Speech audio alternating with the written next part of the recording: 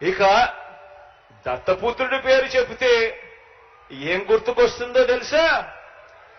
నా అక్క చెల్లెమ్మలకు దత్తపుత్రుడి పేరు చెబితే వివాహ వ్యవస్థను భ్రష్టు పట్టించే ఓ మోసగాడు గుర్తుకొస్తాడు. 5 సంవత్సరాలకు ఒకసారి కారును మార్చినట్టుగా భార్యలను మార్చే ఒక మ్యారేజ్ స్టారు ఓ వంచకుడు గుర్తుకు వస్తాడు. దత్తపుత్రుడి పేరు చెబితే ఆలోచన చేయమని అడుగుతా ఉన్నా. ఒకరికి విశ్వసనీయత లేదు, మరొకరికి విలువలు లేవు. ఈ విశ్వసనీయత లేని, ఈ విలువలు లేని వీరు, ఈ విశ్వసనీయత లేని, ఈ విలువలు లేని వీరు 3 పార్టీలుగా ఇవాళ కూటమిగా